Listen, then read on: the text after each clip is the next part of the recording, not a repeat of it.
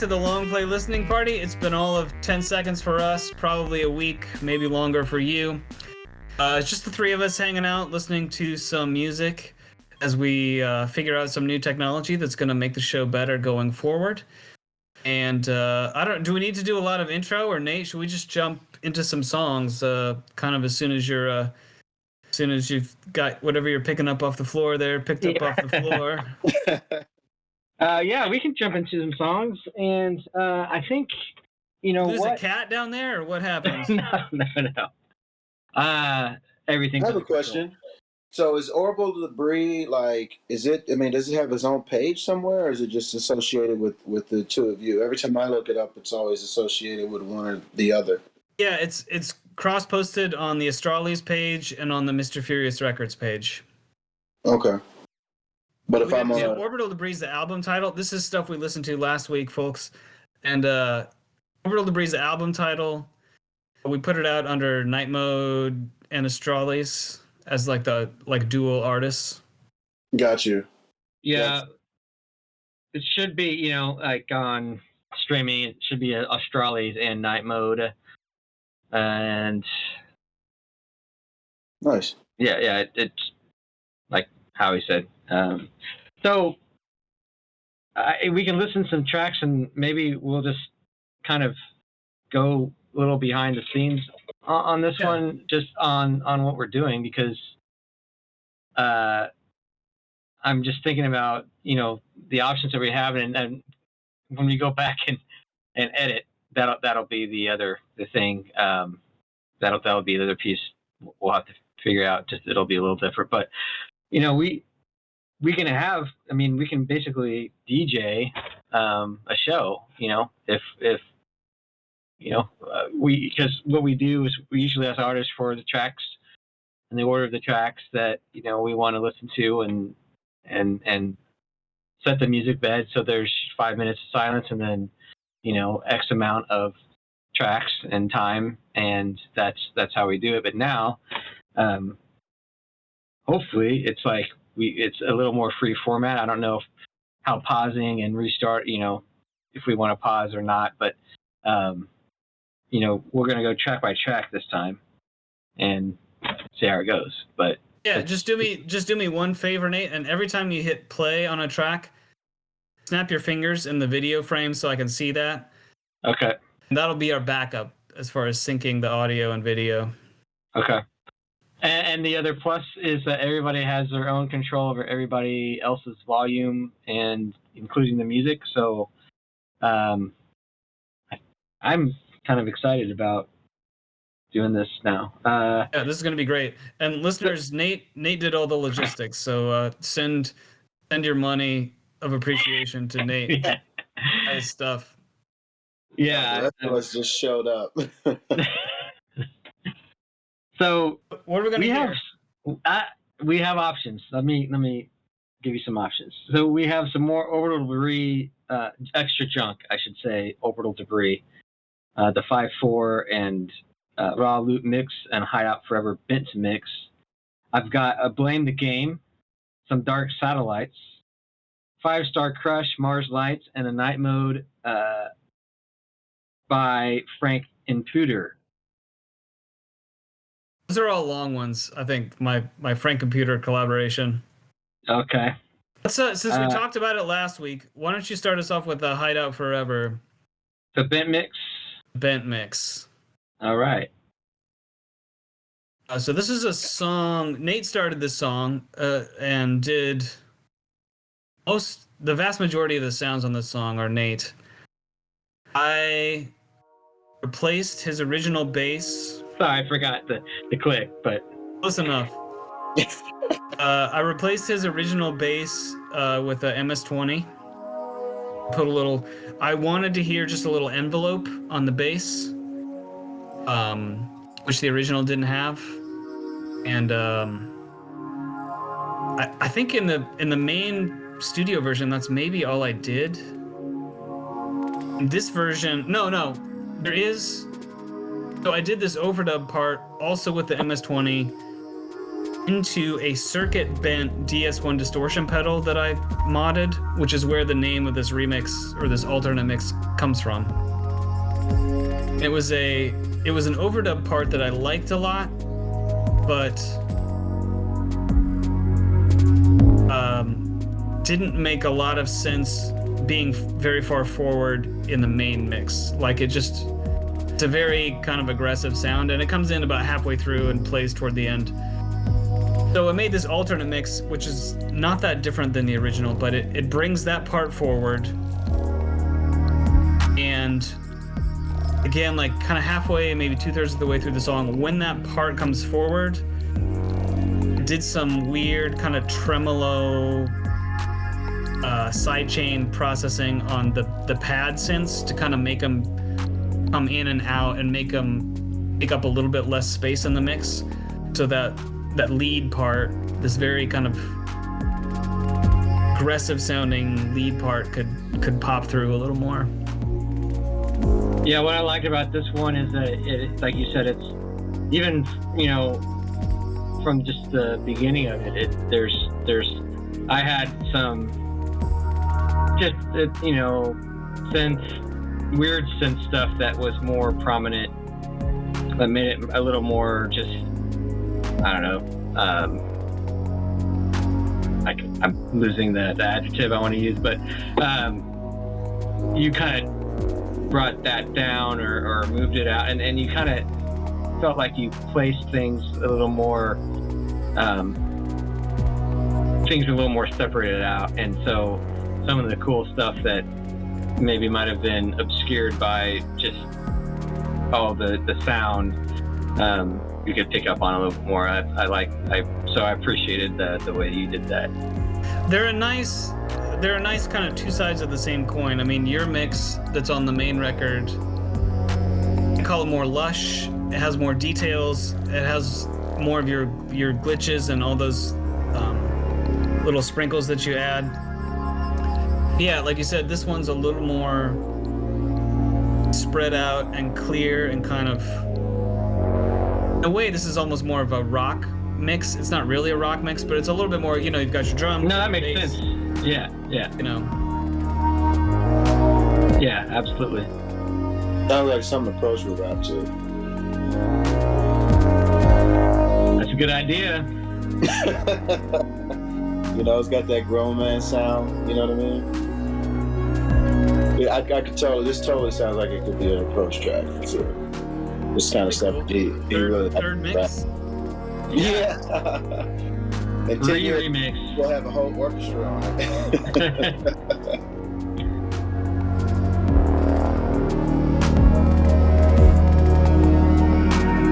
That's a little bit different of a vibe than some of your other collaborations.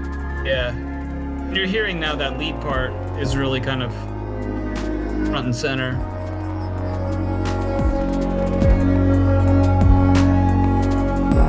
So yeah, and I did put all of these tracks and the music beds in the folder, and I'm just saying this for all of us, and we can kind of talk offline about the logistics of editing, and that's going to be, I need to figure some stuff out first, but anyway,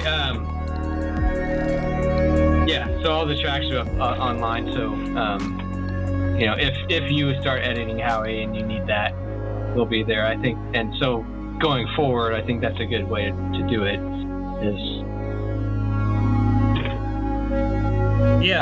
We can talk about everybody's roles, but obviously I put this show together with the music bed and all that stuff, and I don't mind doing that at all. But you have been doing that traditionally, so yeah, we'll figure it out.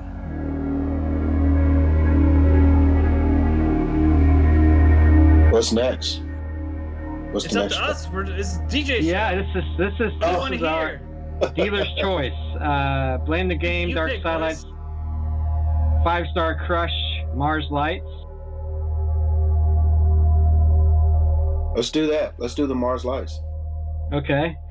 I accidentally wore the shirt of the band I came to see. Ghost You Out or Cold Burn, featuring what? S. Morris. That's my buddy Scott. Scott Morris. Royce, what do you want? Ghost You Out or Cold Burn? Ghost You Out's the poppy one. Cold Burn is kind of a weirdo, heavy ballad, kind of slow thing. It's got saxophone. Let's do that. I want to hear that. All right, man. So explain to me, what's the instrumentation here? This is a rock trio. Drums, Drew from Dark Satellites on bass, Matt Pluff on drums. Matt's not been on the podcast yet. I'm on guitar, rhythm guitar, and I use a weird octave setup to fill in the bass. So I'm effectively the bassist, kind of. Okay. And Drew and I both sing. Mars Lights is about 50-50 on who sings. I happen to sing this one.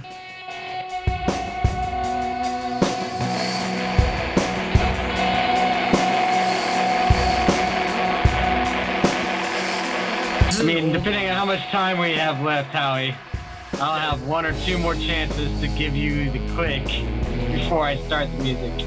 I apologize. One, we'll see. Okay. This is one of my favorite of the old Mars Lights songs.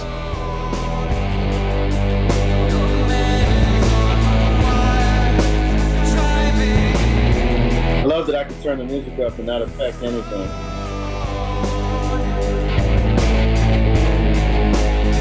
Yeah, I'm optimistic about this new format. Man, we're doing it. We're there.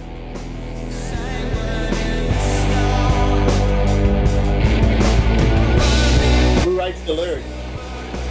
We each write our own, so I wrote these.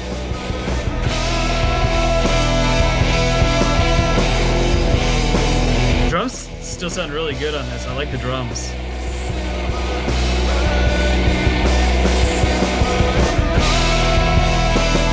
Where'd you do this at?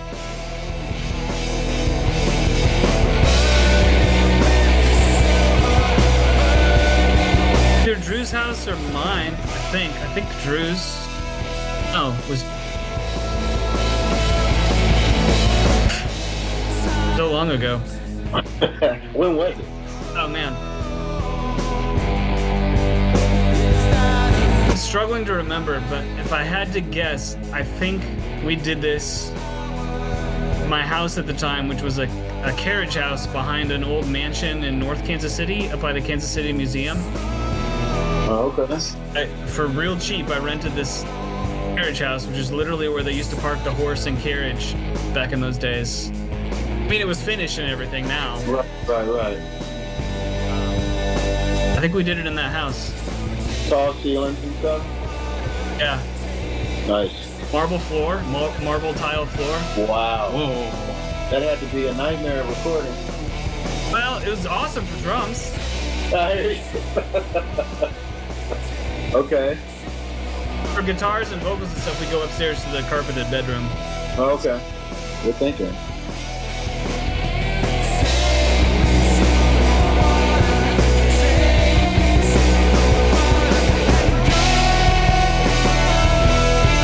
Man, Royce, so Howie, did I send you that link to it was I can't remember his name now, but he was just basically going over his Dolby Atmos setup. No, I didn't see that. You did send it to me, sure, yeah. Yeah, I sent it to Royce for sure. But what he was saying that what he loves to do with especially guitars, like acoustic guitars or like electric guitars, is basically put them wide out here, and he was just showing how you do that. He had like I think it was a 9-1 setup. Okay. So left, center, right,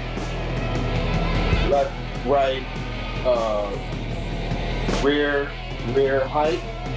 Okay. Yeah. Okay. And then what is it? Is the next number of subs, right? I think you can do. I think I've only seen like a 2 sub setup. Yeah. So like a 9-2. I guess really what I usually see is like 11-2. Yeah. Okay. Sub setup. I mean, not that I'm an Atmos kind of silly. No. Like, I'll it's send that to you. You know, I'm gonna do the mics off text channel, Howie, and I'm gonna look for the link. Just gonna take advantage of all this technology we have at the tip of our fingers. Amazing. I say that every time I open up Pro Tools or Logic. I wind up doing the same shit every time. Fun, while you're doing that, Nate, a fun production trick. I learned this from Drew, but it's an old Jimmy Page trick. To get one, I think we used it in multiple things in this song, but definitely coming out of that gap at the end of the bridge.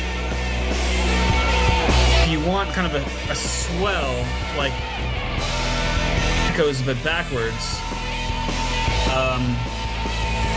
Trick is take your audio. Jimmy Page would do it on tape.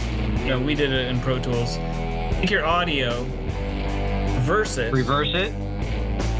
run that through an echo and print it. Yep. And reverse the result.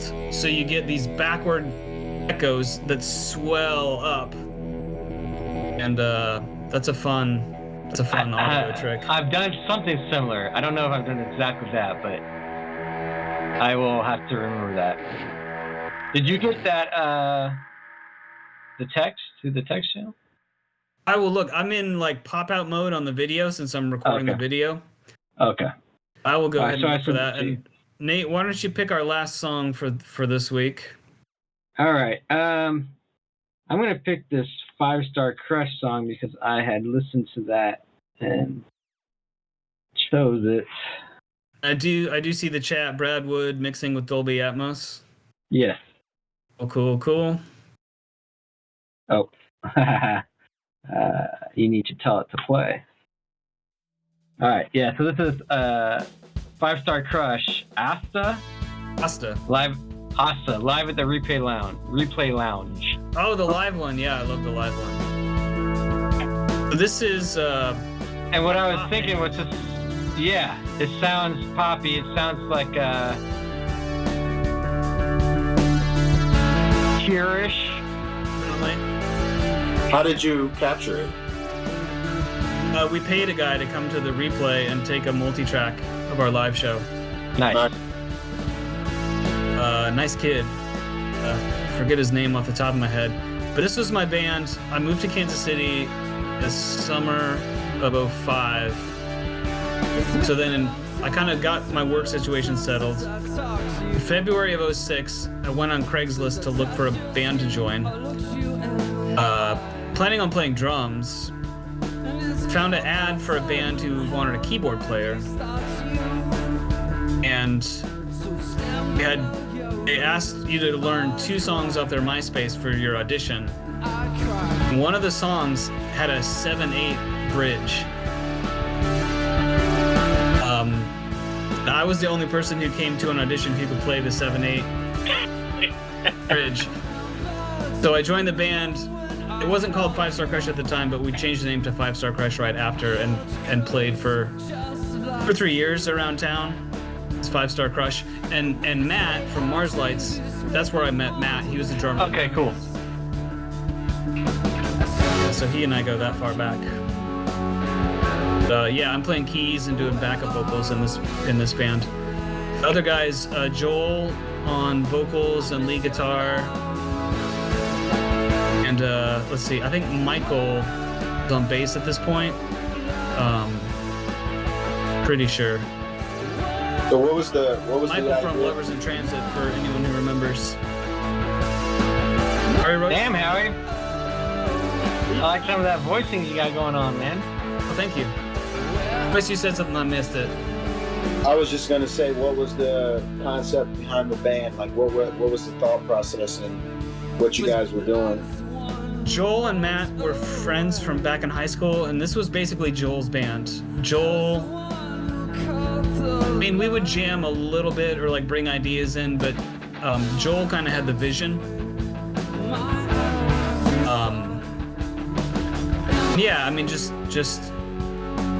And think, this was like when the Killers were coming out, and the Bravery.